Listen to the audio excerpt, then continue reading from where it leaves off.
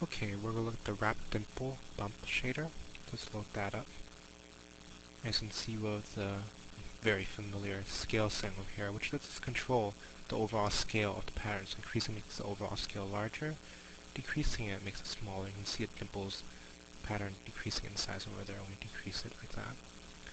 The separation setting right below it allows us to control the separation between the dimples, so increasing it makes the dimples spread out more. Let's apply to our object to see what that looks like. Then there's the radius setting that we can change, which allows us to change the radius of those dots.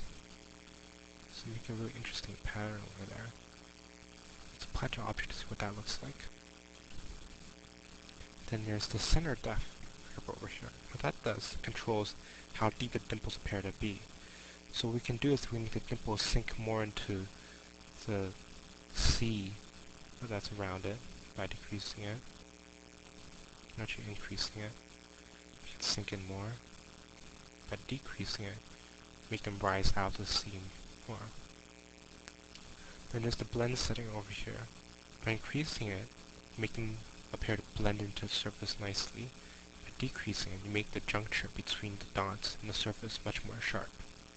So just make them blend in nicely into the surface over here, and let's apply to our object to see what that looks like. That's a pretty interesting bump we have over there. So feel free to try and see what variations you can come up with. Okay, we're going to look at the wrap neural shader, so let's look that up. As you can see, we have three settings.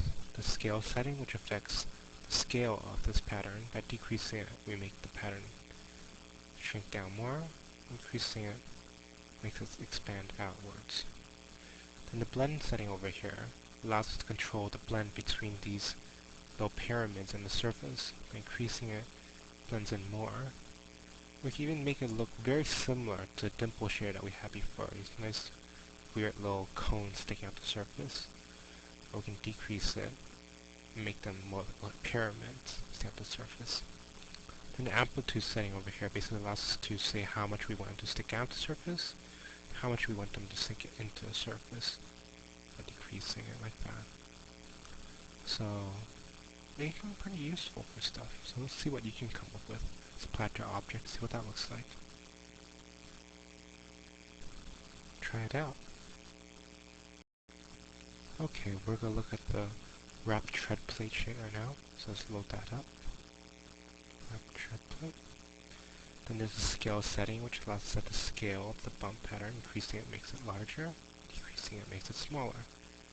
The radius setting allows us to control how large and how rounded the bumps are in relation to the overall scale of the pattern. So you can see how increasing it makes the bumps stick out more into the surface.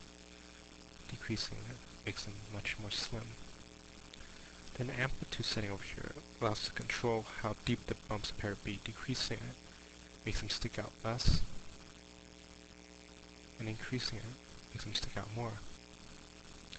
The blend setting over here allows us to control how smoothly the bumps appear to be pressed from the surface. So increasing it allows us to smooth it in more, and decreasing it allows them to be sharper. So let's apply to our object to see what that looks like. So as you can see, you make really cool tread plate patterns for your objects.